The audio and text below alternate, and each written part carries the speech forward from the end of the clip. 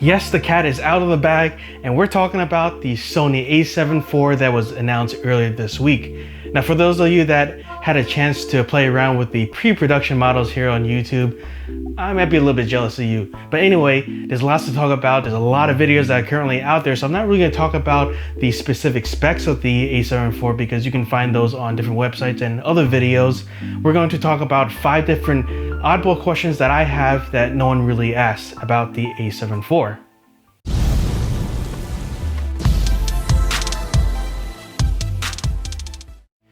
Weird question number 1. Can you set the file name so that it doesn't always start at C001? Now what I mean by this is that if you format your card or if you stick in a new memory card and there's no files in it, what happens is that as soon as you hit the record button to record a new video file, the file name defaults to C001 or something very similar.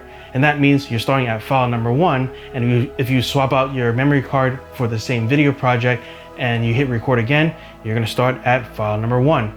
And when it comes time to import the videos into your computer, guess what? If you're putting the files in the same folder, now you have a naming conflict.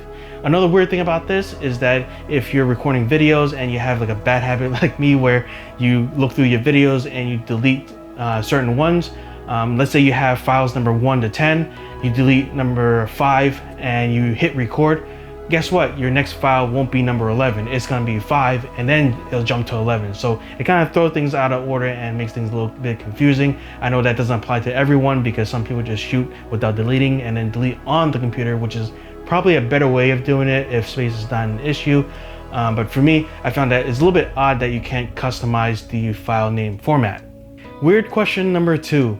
Is there an easy way to customize the EVF function, whether it's always on, auto, or always off, so that you can either force the LCD screen on the back to always be on or continuously use the EVF? Now this is useful because if you're putting the camera on a gimbal, what happens is the gimbal arm can be a little bit too close to the viewfinder and the camera thinks that you're trying to look through the viewfinder, and then all of a sudden your rear LCD screen turns off. On the Nikon Z6 and some of the other cameras, there is a dedicated EVF button, but on the a7 III, there's not such a button. And on top of that, you can't map the C1 to C4 custom buttons to quickly switch between the different modes. So I'm wondering if the a7 IV improves upon this, whether it's mapping it to a physical button somehow from the C1 to C4 buttons or through a different way. Weird question number 3. How fast does the a7 IV format its memory cards? With the a7 III, when it formats its SD cards, it does take a while in my opinion, because if you compare that to the Nikon D7100 that I bought back in 2013, the D7100 formats the card much quicker than the a7 III formats its own cards. Now, if I took the same card from the a7 III and put it into the D7100, you can see it formats it just as quickly as it did with its older cards.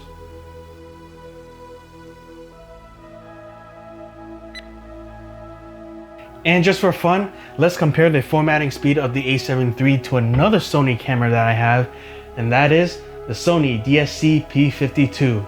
If you haven't heard of this camera before, that's because it's super old. At 18 years old, I bought this back in 2003, and it's so old that it uses memory stick cards, and this is a whopping 16 meg, not 16 gigs, 16 megabyte card that it uses, and we'll see how fast this compares to the a7 III.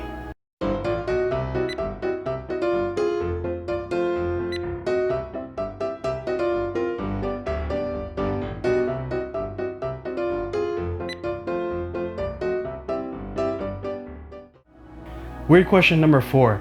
Can the Sony a7 IV continuously autofocus while in timer mode?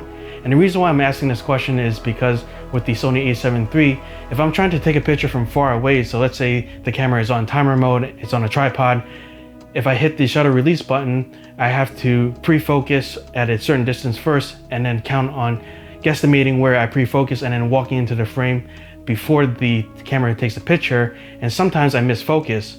I think it'll be useful if you're traveling alone, where if you can put the camera somewhere, have it continuously focus, and then utilize its IEF feature to lock onto the face as someone's walking into the frame and then take the picture. Weird question number 5. Can the Sony a7 IV have predefined focusing points where you can switch back and forth between? Now this is useful because if you're doing, let's say, B-roll shots and you're trying to rack focus between 2 points in a repeatable way, this allows you to do that. And I believe the A7S III allows you to do that, and it'll be nice if that carried over to the A7 IV. Those are the top 5 weird questions that I haven't seen answered for the Sony A7 IV, at least from the initial YouTube videos that I've seen. Is it too early? Or am I just plain weird and no one thinks of these things? Do you often wonder about these things? Let me know in the comments below. And that's it for today's video. Don't forget to like, share, and subscribe as always, and I'll see you in the next video.